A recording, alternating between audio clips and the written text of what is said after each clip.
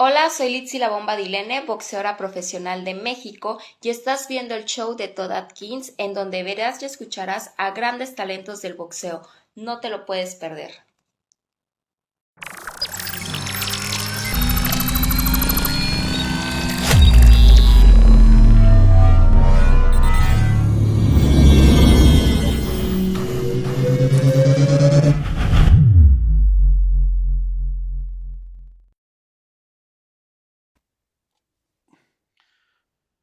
All right, so this is Todd Atkins, and I'm psyched to do this episode. I got Jon Fitch here with me today. John, I appreciate you taking the time out to, talk with me. And I'll just let you introduce yourself for any of these new fans, noobs who may not know who you are, if there's anyone. Yeah, Jon Fitch. I fought for 18 years professionally. I four-time world champ, and I fought for UFC, Bellator, World Series of Fighting, and PFL titles, respectively, and MMA Mexico world champ. So I've been around a long time. I spent the last 12 years or so involved in the UFC class action lawsuit. Um, yeah, I have a little bit of knowledge about the Sherman Act and antitrust law from my college days. I had a whole semester on history of the Constitution, and there was a huge section on antitrust law and trust busting and all that stuff. So I actually was well prepped for the lawsuit before I even realized what was going on.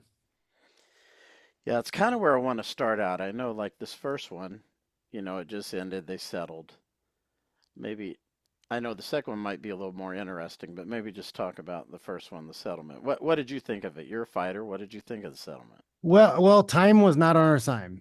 Time was not on our side, and that's kind of what happened here. Is um, things kept getting pushed back, and the judge took forever to write his decision on class certification.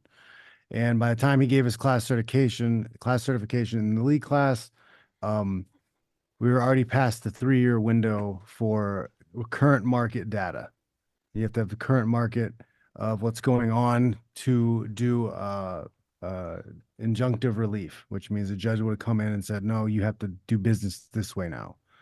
Um, so we were past that mark. And that forced us in a position kind of to settle. Um, I will say that, like, what everybody wants to say, like, we won because in order to get class certification, we had to win everything every step of the way. And that means it would have been very easy for the UFC to say, no, we're not a monopoly because of these things. And the judge said, oh, yeah, you're right. And then throw the whole case out. Like we had to win every technicality, right? This isn't like a sexual assault, he said, she said type thing. Oh, we don't know what happened. It's all out there. All the numbers, all the book stuff, like the laws, the rules, it's straight out in the open. And if there was no damages being sought after. If it just would have been injunctive relief, we would have won that, and the judge would have changed the landscape of how things would have went. That would have been a done deal. But because of seeking damages, it has to come to a jury trial, and then it's 8 jurors on that jury trial, and that's the real uphill battle because not everybody is that smart. That's the flaw in our system. These people aren't um, up to date on antitrust law. They're not up to date what's going on with the UFC, and it can be very difficult to get somebody to understand what's happening. Now, were you when it came to the number, I think it was 375 Mhm. million. Were you, I mean, I know you're kind of forced to settle, but as a fighter, again, as someone who's involved, were you happy with that number? I'm happy in the sense that a lot of guys who really need the money are going to get some really life-changing money for some of them. You know, they have medical bills, they have health issues, they have kids and things they need to take care of, and this will drastically help them. I am a little disappointed because this was never about money for me. I'm not even really gonna make much from this at all. I would have made more if I just would have been a good boy and kept my mouth shut. but it was never about money. It was about the love of the sport and the fact that I wanted it to be a merit-based sport. I wanted the best guys to fight the best guys. I didn't want it to be about popularity, which is 100% is just a popularity contest now. You could be a terrible fighter, but if you have a large following, they will make room for you and they'll put you up there. You'll still have to win the fights to be in the right opportunities, but you're given a lot more opportunities and a lot more push, and you get the promotion machine, the propaganda machine behind you when they want to do that. And then when they don't like you, that propaganda machine gets flipped in the other direction. Now, the other one coming up, that one does have injunctive relief. I know you may not want to talk too much about it, but Yes, it does have injunctive relief. Um, it's a smaller group of guys because UFC started forcing the athletes to sign waivers saying they wouldn't take part in a class action lawsuit against them, which is bizarre to me. I don't understand how that can be legal, especially when a an organization is already involved in a class action antitrust lawsuit to make your new contractors sign off saying they won't sue you for something you're currently getting sued for. That seems criminal. That doesn't seem like it should be okay. So I think that's one of the big hurdles in the next case um is that is trying to get that agreement thrown out so more fighters can join into the class action. that one feels like maybe it could be bigger because there could be some business practice Yes, yes, takeover. it definitely could be a lot bigger because you do have injunctive relief on the table then. How long do you think something like this would play out? Do you have any idea? That's one of the reasons why the league class settled is because this could have been like starting very from the very beginning and starting over, and it could be, 5 to 10 years. You don't know. That's Mm. it's not good. So Not this good one, for the league class, but the Johnson class, it's a younger group of guys. but it could be another long wait, is what you're saying? Could be. Yeah. Wow. I thought it would happen quicker than that. Well, that's the UFC's only defense in this case because they're flat out breaking the law is just stall, stall, stall, pay as much money as you can to stall. They'd rather pay all that money in to stall to keep their control than actually pay their athletes. Yeah. I think that's a good pivot into because I know we can't say too much about. I've talked to Mm. Bob Macy. I know he, doesn't want to say too much about the case and whatnot, but um, this new boxing venture. We just found out today Dana White, Turkey Al Sheikh are going to do the same thing in boxing or try to. I want your take on this with, the news today. First off, I don't really see how it's possible because there are protections for boxers with the Ali Act. There are certain things they just cannot do, and it'll be interesting to see how they try to work around the law.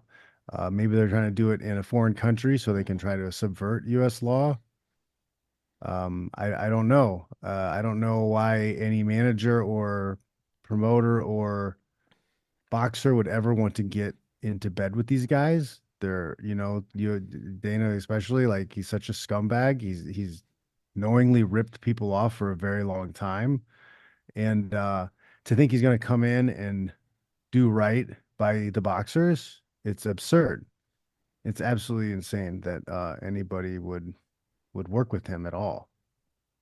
But it is Turkey's money. So I'm wondering, like, if he might say, look, I'll let you run the show, but this is my money. I'm not going to let you tell me what to do with my cash. Yeah, very, very possible, but I don't know, man. UFC's had oil money invested into their company for a long time, and I don't think that's really changed the way they've done things. But I just don't understand people's mentality with monopolization and people defending it in any way. Like, I don't know. People complain about boxing, but like what do you like what's your comparison? What was better and why? Oh, they fought with more people. I don't know. I feel like we've had a lot of amazing fights in the last 5 or 6 years. Unification fights, cross promotional fights. They don't always happen, but they do happen. They can happen if you get the right money involved. Canelo should be fighting Benavidez. He won't do it. Um, that's to me up to the belts need to enforce the Ali Act and strip him. He should be stripped of the title. If he doesn't want to fight him, fine. Then let him fight for the title. He shouldn't be able to monopolize the title. That's not a good thing. Um, but at the same time, it's a free market, and the boxers themselves are an individual business. They're privately owned business, and they can choose who they want to do business with. And if Canelo's like, no, you're not going to pay me enough money, I'm not going to get enough money to fight this guy, it's well within his rights to say no. You can't force somebody to take part in combat sport. It's not like a team sport. It's not like a just a contact sport. It's different. Like there are different rule sets. There's different things that apply. You have to have both guys completely agreeing to do it. Um, he should do it. I would like to see it, but the most you can do to him, and all you can do to him is take the belts, take the belts away from him, and put the belts up to somebody else, and that should be the punishment. That should be what happens. I'd like to see more mandatories added to boxing. There should be more about mandatories where this guy is ranked this, he should have to fight this guy who's ranked similarly. I think we should all, embrace that. But otherwise, like, I don't know, man. You can't, I mean, how can you force a business to do business with another business? Can you force McDonald's to work with Burger King if they choose not to? I'm Well, sure the they Burger will if you King offer them doesn't enough money. exist. Burger King shut down already? No, what I'm saying, like, with Oh, the UFC, we don't have to work with them. We'll eliminate them. We'll buy them. that's true. We'll Yeah. weaken them, and then we'll buy them, or they'll go out of business. And I think that's the same thing they'll do with this. These other WBC, whatever, these other ones, they'll weaken them, try to, and then hmm they'll either say, That's "All right, that's now where that you're done, we can buy you, or you can just that's go away." where it's going to be interesting is because the UFC leveraged the commissions before, the athletic commissions before, to make it hard for other promoters to do any work, back in the day. They've leveraged their influence on those commissions. So I don't know. Is it possible that they're going to be able to do that to because they are the same commissions, but it's in boxing. You think, I don't know if it's hard for me to see that they would do that. Like, I don't know. It sounds like a bunch of, hot air, a bunch of farts in the wind. Like, I don't see how you can do it. Like, just because this guy's going to throw a lot of money at it, everybody else is going to just forget about everything that's going on. And like, you might be able to get top boxers, top fighters here and then to go over there, but I just don't know, man. I think they'll try and bring up their own guys, like they did with the UFC, and try to fool people into saying these are the best guys, which That's exactly they've what's done for years and years and yes, years. it'll just be pro wrestling. It'll turn it into pro wrestling, and it'll be like, you know, it's all sales. Robin Black had a great little video the other day in an interview he did where he's talking about like he can't listen to the fights, the UFC fights, without turning the volume off. And I've been like that way for years. It's because everything is just sales. It's just marketing, sales, and propaganda, and they're just pushing messaging at you the whole time. It's crazy. Um, it's crazy to me too because it's like they follow a lot of the left wing propaganda messaging tactics, and they're like, we're totally right wing conservatives though. It's weird. It's weird that the fans don't see it happen at the same time. There's just like these little talking points people will spout off on without thinking through anything, and it's bizarre. So yeah, you're right. I think they will just create their own guys, be like, no, this is the best guy. This is the best guy. And they'll spend way more money because they have way more money than the other promoters to promote their guy. And people will just think that, that guy's the best. Just like people think that Jake Paul can actually box. Yeah. Plus Turkey owns Ring Magazine. They'll just make their own belt. They'll use their own, promotion style, just like the carbon copy of the UFC. They'll do all the same stuff, just like they did Power Slap. What do you think of Power Slap, by the way? It's awful. It's awful. It's retarded. It's the most grotesque thing ever. It has nothing to do with martial arts, has nothing to do with combat sports. It's a freak show.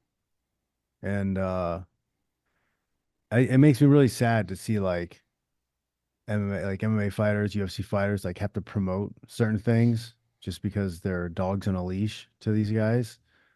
And it's really sad, you know. It's like you're like these big, strong, like awesome people who are supposed you're there because of you and your work, not them. You know, like you're always going to be you. Like you don't need UFC. And to see them just like tuck their tails and do whatever for Daddy Dana, it's sad. It's really sad. It's disturbing. Yeah. The thing I think, what do you think about, because they had to move off Rumble? I guess Rumble was paying them 30 million a year or something like that. Now they're doing Mhm. this thing with VChan on YouTube. It's not paying as much. It's still a big number, 76 over I think 6 years. So like 12. Yeah, I don't think It seems like it's moving down, not up. yeah, the viewership I don't think is there. I don't understand. I think they flopped. I think they misread things. I think that they were going to just cut out all the meat and just get to the knockouts and show those people that that's what they wanted. But it's fake. It's not authentic to me. It's not an authentic fight, and it doesn't carry the same meaning. Like little kids, I think 12-year-olds might like it just because it's something they want to see at that age. But like, I don't think you're gonna have long-term serious fans, and you're not gonna have long-term competitive athletes doing that. They're not. I wouldn't say they're athletes even. You're not gonna have competitive people doing that for a long time. Like, it's a very short-lived career, and I guarantee those guys are probably making even less of a percentage of the take than MMA fighters are.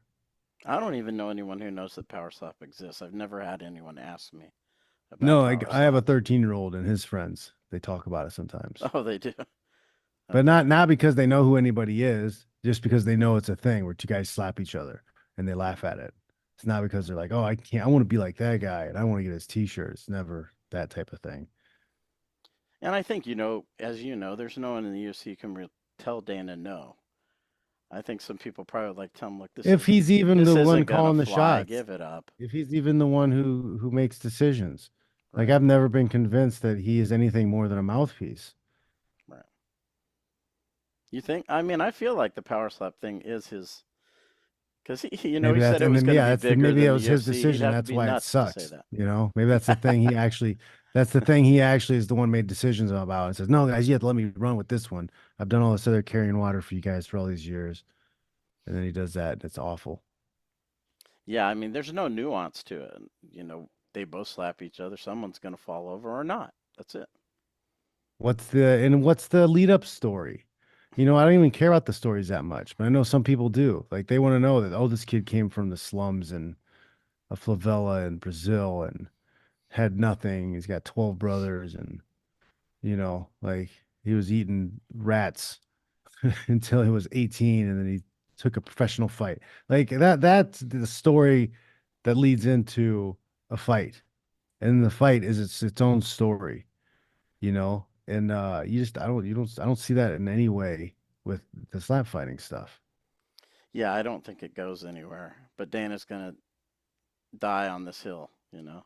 Yeah, if there's something we're not seeing, if maybe they get a good piece of like advertising from it because there's still the like the you know what do you call it, the rarity, like it's a rare thing that they don't see very often, pops across their timeline on social media and they see a knockout and then there's an ad. Maybe we're not seeing some secret like sauce there where it's like, oh, we make a shitload off of ads because people always stop to watch the knockout on the power slap on the Instagram reels. But I don't know. I doubt it. It doesn't seem, it's weird. Yeah. And the fact that Dana White would say it's going to be bigger than the UFC is insanity. Yeah, the whole thing's weird. It's a very weird thing. But what do you think Yeah. about, because he's getting involved in boxing, power slap? Is it like he's maybe get away from the UFC? Or is it just that UFC runs so well on its own that he doesn't need to?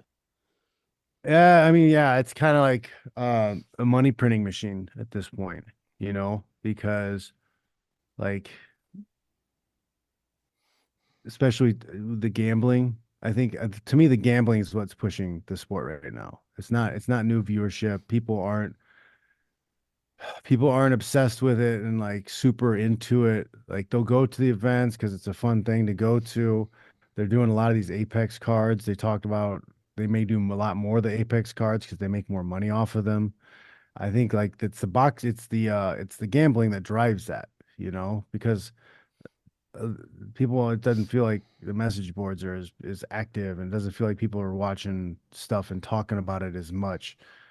Um, like it's far past the peak, but they're locked into their TV deals and they still have the eyeballs they need, and they're making the money they need to. And I think I really strongly feel that it's the gambling that is driving it.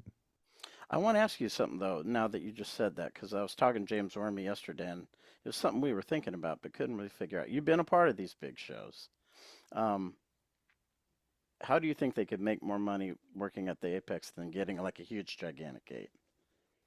Um, because they don't have the cost. They don't have the cost. They don't have to Right. spend as much to put on the show. Everything's in-house. Everything's already set up. They don't have to tear down. The overhead's lower, I believe, even though they have the big gate and um the big uh site fees in a lot of these places. I feel like they do such good numbers, and they're making most of their money now off of the TV deals rather than the pay-per-view model. The pay-per-view model was what they used to do in the beginning. They had to have big shows and big arenas and get a bunch of people in the arena and sell a lot of pay-per-views.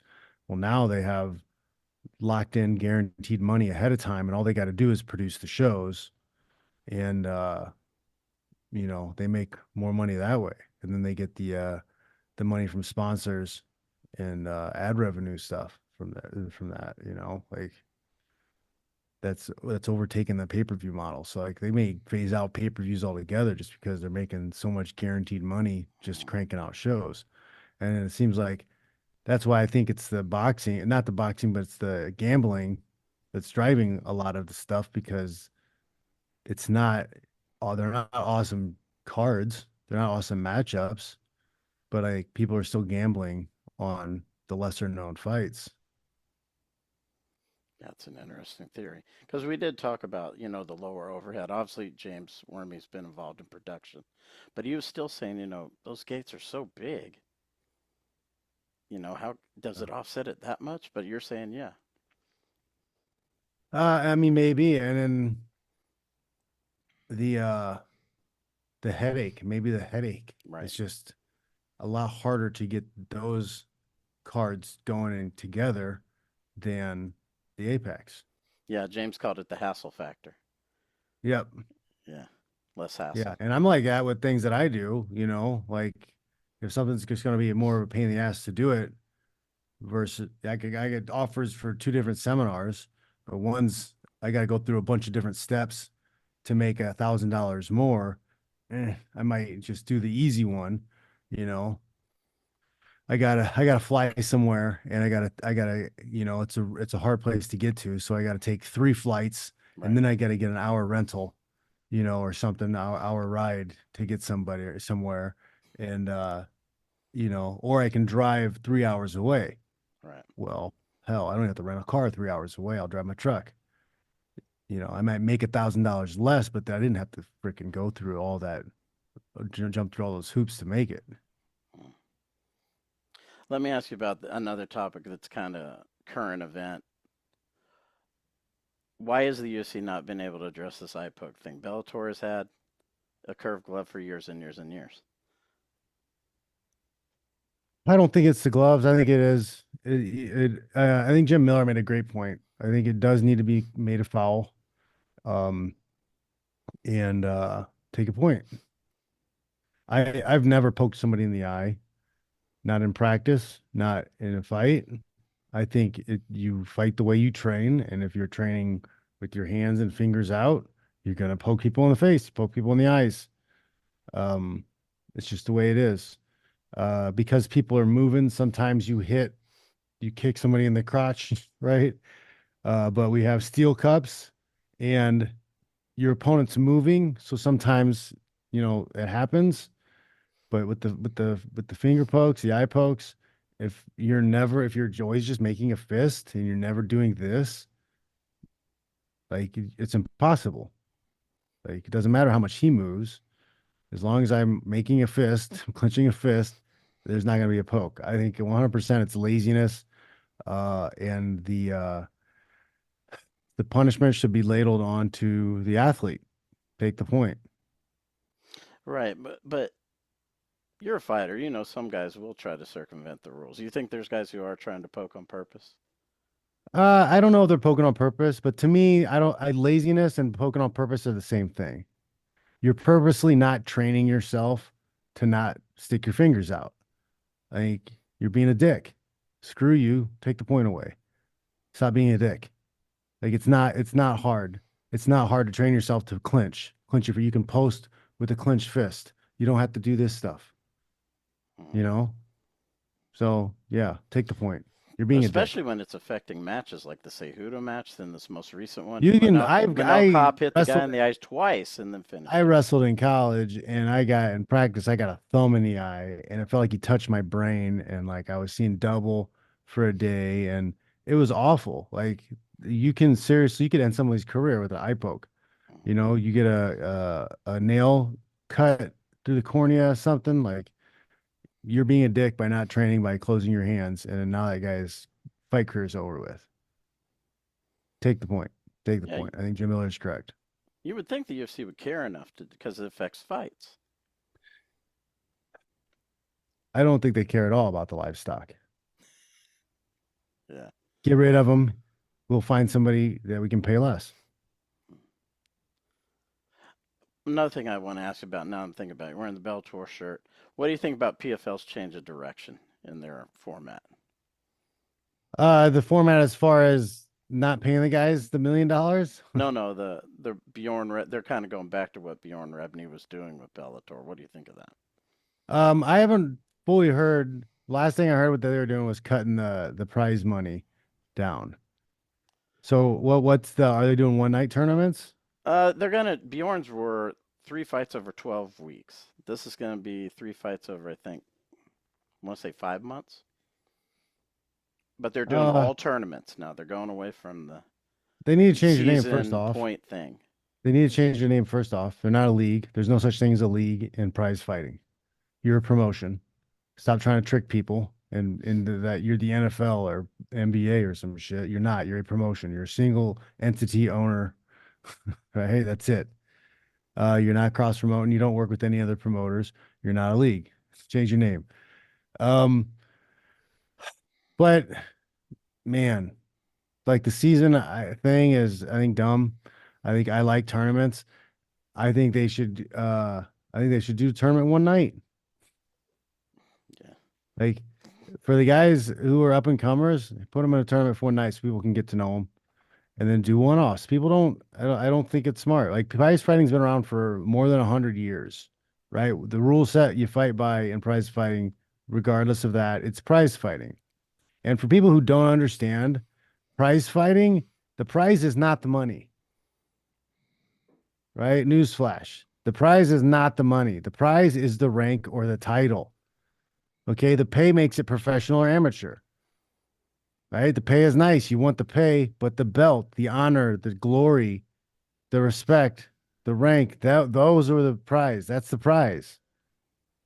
People need to understand that. Like, I think a lot of people are just very empty and only see money, and they don't understand that people used to fight just to say, I'm the best. I'm the best. When guys would show up, but back when I used to fight for hundreds of dollars, it wasn't because, oh, I'm going to get the prize of $200. It was because I wanted to show that I was the best, that I could beat this guy up. That was it. That was my prize. Was telling people I won. I beat this guy up. And I got a little ribbon. Somebody gave me a trophy because I won that fight. I got a really cool fist trophy once. I still have it up. That's my prize, right? The money's just a bonus. It's a bonus that you get with notoriety and your salesmanship. Yeah. Now, this is something I really kind of look forward to talking to you about is this wrestling thing. So I'm going to set the backdrop because you kind of weren't aware completely. First of all, I don't really I don't really like MMA Guru personally, but people pay attention to him, I guess. And I don't yeah, understand how these like unathletic guys who don't know anything about fighting, who've never couldn't do a push-up, and now there's some kind of somehow an expert. I think it's some kind of psyop. I think somebody with big money is like messing with people and they're paying people to put them in the algorithm. And yeah, but if you're loud and obnoxious, that's what gets attention on YouTube. That's the way it is. I Anybody don't. can do it, but not I have a everybody saying. I wants have a to. saying about the internet. Everything online is FGR, fake, gay, or retarded. So one, two, or all three of them at once, right? I don't believe any of it. I don't believe that these guys who are popular are actually popular. I believe there's people messing with the algorithms. I think there's sinister forces who are pushing things forward. Yeah, that could be. We've on numerous occasions we found out about popular creators in different spaces who were actually just getting paid by some outside entity because they wanted to push some kind of messaging. Like Mm. it wouldn't stop me for 1 second. I wouldn't be surprised for 1 second if someday somebody comes forward and was like, "Oh yeah, this guy was making 50 grand a month because they wanted to push whatever ideas or some bullshit." Like would not surprise me at all. I don't believe that anything online on the internet is organic. It's not organic growth. Algorithms are rigged. Yeah, yeah. But to the discussion, I mean, I think he had somewhat of a valid point. Like he was saying, I don't think it was entirely valid because I don't think as many good American wrestlers are coming into the sport anymore. But he was saying the guys that are successful are the Eastern European wrestlers. The American wrestlers aren't Mhm. having as much success. But I think what he missed on is there's not as many of them coming in as your day. There were a lot, Mhm. that were trying to make it. There's a couple reasons for that. One is wrestling's become very popular recently. Like I subscribe to Flow Sports and they have Flow Wrestling, Flow MMA, Flow Grappling on there. And guys are they can make good money now coaching and coaching wrestling and club teams and doing these wrestling events. I watched Ono and Lee last week live. I watched tape delay, but I watched it. Like there were some amazing matches with these guys doing freestyle stuff. It was Flow Wrestling Night in America, I think is what they're calling it. So they're doing great things. There's these great little films that they're producing to show, historic things about wrestling and certain wrestlers. Um, so there's money to be made, right? So these guys are like, hey, I can make a good living doing what I love without getting punched in the face. So that's one of the things. Another point, you can look at jujitsu and no-gi jiu-jitsu. And not that many of those guys are crossing over anymore either, Mhm. because now there's money to be made just grappling. They don't have to get punched in the face anymore either to try to make money. They don't have to try to legitimize themselves in a fight. They can just be grapplers. Gordon Ryan, perfect example. He doesn't have to, back in the day, 15, 20 years ago, everybody would have been up his ass about getting into the cage. No one even, I don't know anybody who's even talking about it. Just let him keep wrestling. Let him keep doing his submission stuff. Plenty of guys like that. Nicky Rod, like all those other guys who are around. Like, is there a big push for those guys to be fighting? Like, I don't see that many Mundial champions coming in to the fight game anymore either. They're staying in jujitsu. They're staying in their gi. They can make plenty of money teaching and competing and just grappling. And the third point with why that's happening is because the UFC can get those guys for so cheap, The Eastern right? European guys, you mean? Yes, they Yeah. can get them for so cheap. And I have heard on two different occasions where fighters lost fights because the Dovs said they would take the fight for way less money.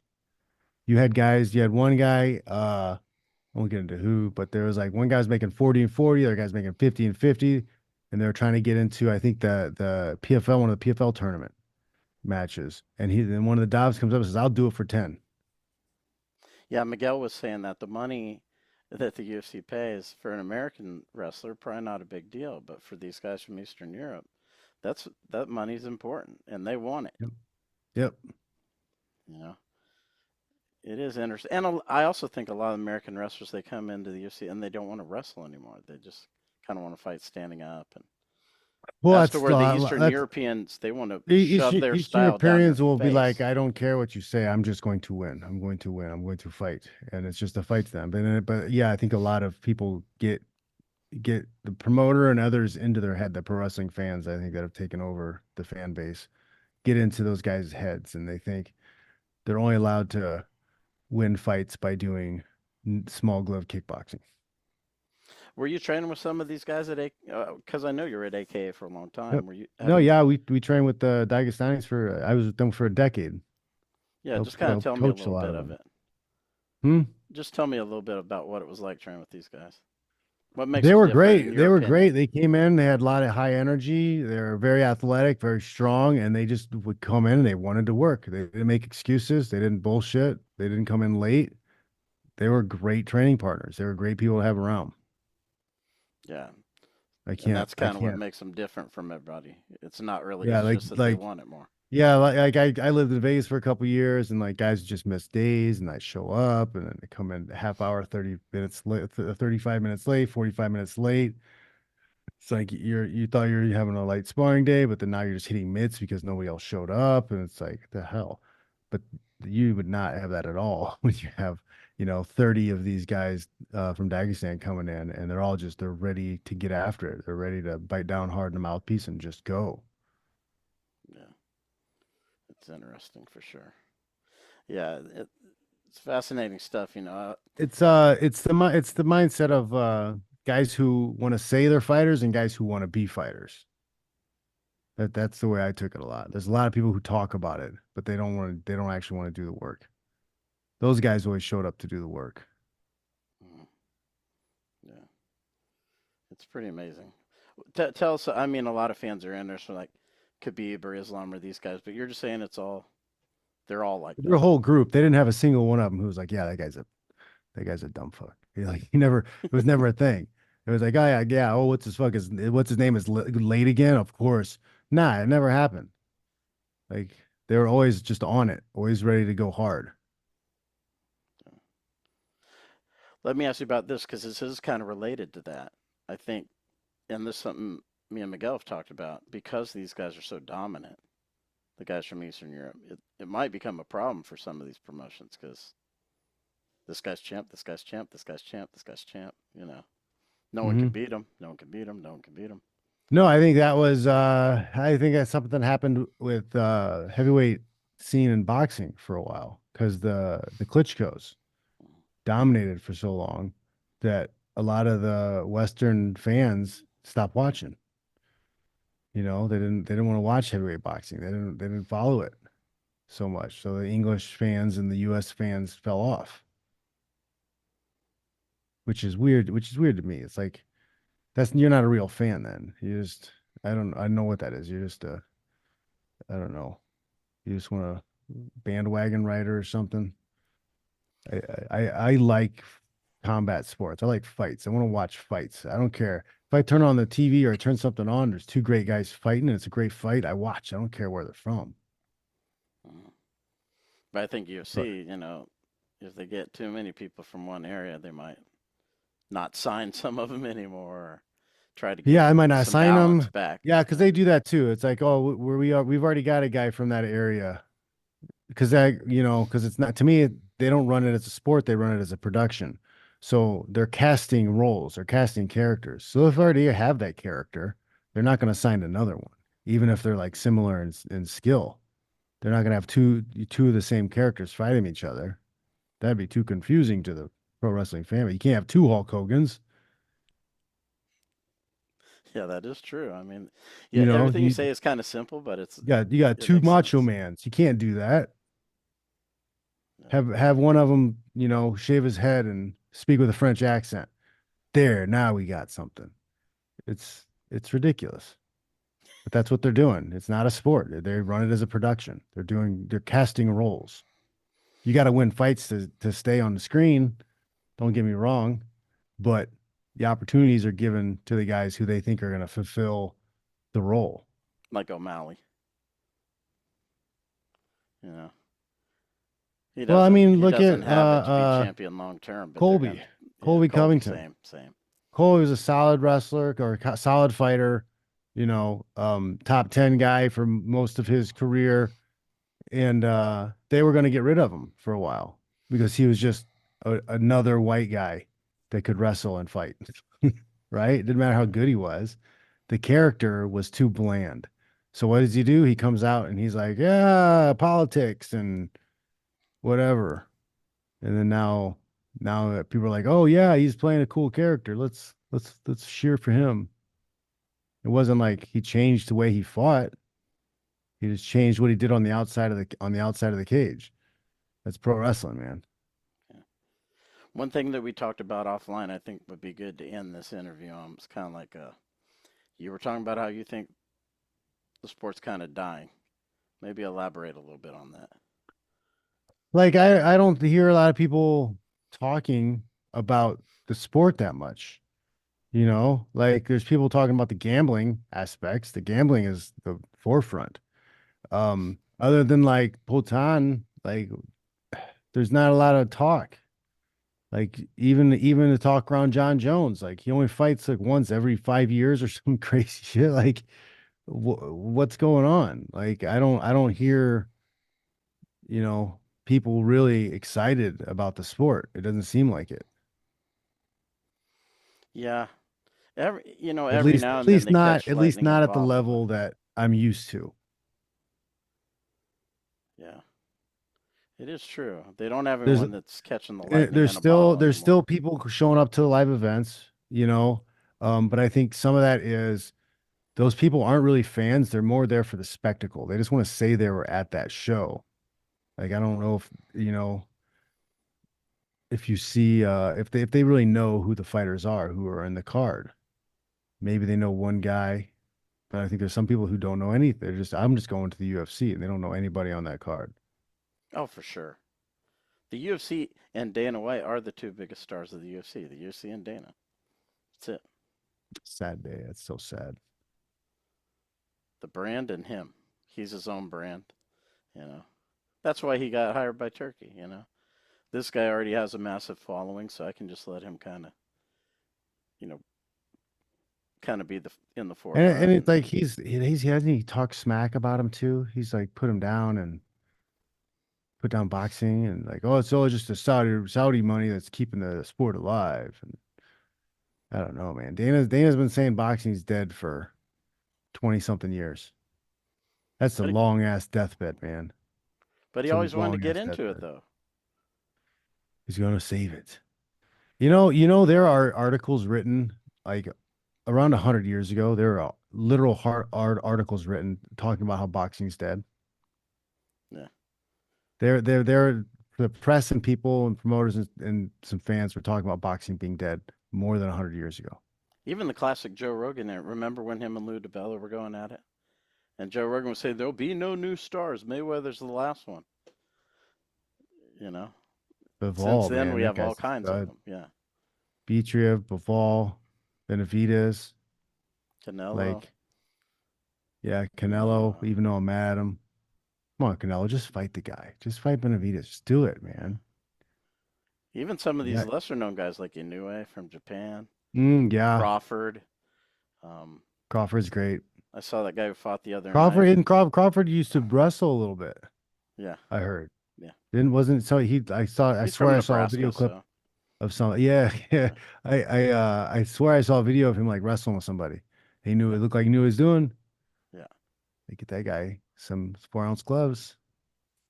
Yeah, I think that might be Yeah, why you'd have to take like a 95% pay cut, but he gives guys trouble because he wrestles. He's used to fighting with his strong leg forward. Which mm, most guys aren't. He can kind of switch in that respect. yeah. Because like Yeah, you know how Gervonta Davis, he you know how didn't to even you know know how to that. wrestle, you know how to clinch fight. You also have the ability to deny the clinch from people. Because I saw this guy Wade Plim. He's some, I guess he's some guy who's kind of in that influencer boxer kind of world. But he was talking to Gervonta Davis about Terrence Crawford, and he was telling about Crawford can punch with a lot of power from his lead hand, and he was telling him, in wrestling, a lot of these guys stand with their weak foot forward and so on. And Gervonta Davis was like, his mind was blown, like, what are you talking about? And he's like, yeah, wrestlers, that's what they do. And he was fascinated, he's like, holy crap, like, I didn't know all this stuff. Yeah. Kid Yamamoto, classic example, he knocked out most people with his lead hand. That was Brian Ebersol.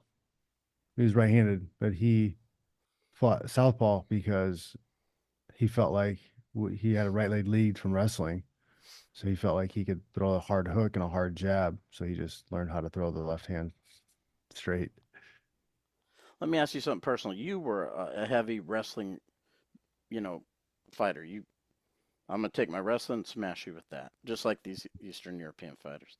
Maybe for fans, how hard is it to do that? Because I think people don't give them credit for what they're doing. It's not. It's easy It, to stand up and try and avoid the sprawl if you're a great wrestler. To it me, takes a lot that's less yeah, cardio to yeah. just play patty cake and point spar. But no, it's not an easy thing. And there's a reason why not very many people do it and aren't very good at it. Like just closing the distance. Like think how many jujitsu guys, great jujitsu guys you've seen, they can't get a takedown. It's because they can't cross that gap. There's plenty of wrestlers too that have entered the fight world who have a hard time getting takedowns also because they can't cross the gap. Like you're so much further away when you're throwing punches and kicks than when you're clinching and wrestling, from your face to face, nose to nose with a guy. It changes everything. So if you don't have good striking and good defense, you're gonna have a hard time crossing that gap and getting to the hips. Yeah. But even Khabib, I don't think he had great striking necessarily, but he could cross the gap anyway.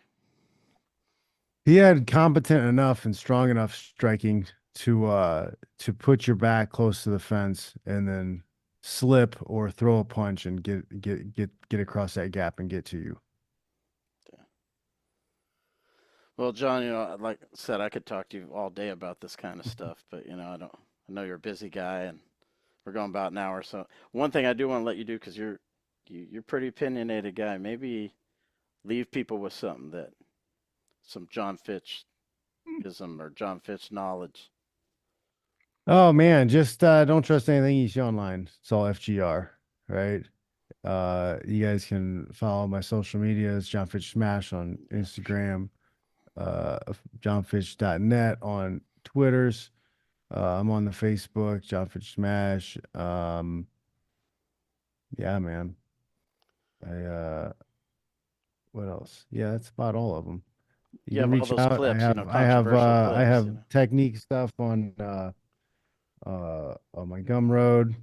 Um I do a podcast stream on Sunday nights at 6 p.m. left coast. I missed the last one because I was in Texas doing a seminar. But I'll be back this weekend. Um we have fun, we talk about everything, and yeah, man. That's about it. You make some great clips from it. Yeah, I don't get a lot of views during the show. Actually, I don't care. Because I don't pander. I don't care about pandering. I'm not here to be a cult leader or whatever. I don't know anything. My show's name called Jon Fitch Knows Nothing, right? I'm putting it right out there. I want a feedback. I want to talk to people about things. Most people though, they can't. I say something that bothers them, and instead of talking through it, they get all upset and cry. I'll have to jump in the live feed. Yeah, it's a good Yeah. time. All right, man. Well, again, like I can't thank you enough for taking the time to do this. I really wanted to talk to you because I know you have a lot of expertise, especially in the wrestling discussion, which I was wanting to get into. Hmm. Yeah, man, I'm telling you guys, like everything sports wise has gotten really awful, in my opinion. Right? It has. And a big part of it is I think because gambling is neck all these sports are neck deep in gambling. Every 2 minutes there's a new advertisement or somebody pushing odds and some other stuff, man. Like stay away from gambling. It's awful. Stay away from it. Yeah. It's weak. If you want to gamble, gamble on yourself. Buy yourself a book that's going to help you read or make you better, right? Pay for instruction from somebody to teach you how to do something. Gamble on yourself. Don't gamble on sports and other crap. Just no, it's stupid. It's dumb. At least drug addicts get high. you're gambling, you're just pissing your money away. Put it into something. But yeah, man. Jon Fitch, the Jon Fitch knowledge, Thanks for watching, guys. Good yeah, seeing you. Good having being on. Thanks for having me back. yeah, it was awesome talking to you, man. It's great meet you, and yeah, definitely I'll talk to you again sometime. All right, man. We'll talk to you later. Everyone, check this out. Check out Jon Fitch, and till next time, take care. Give you a shout out, Todd, because like a lot of people might not know how long you've been in the game for. I mean, Todd, you've been in the game since day one, and not a lot of people might not know it. It's to me, when I see all these guys in the game, I always, I just go, man, you don't know what the game is about because you ain't even been in it. And when I see guys like you still involved, and like these new jacks come in, like they may not give you your respect, and they need to give you your respect because you've been in the game just as long as anybody. You know what I'm saying? So, if y'all out there, y'all better recognize Todd been in the game since day one.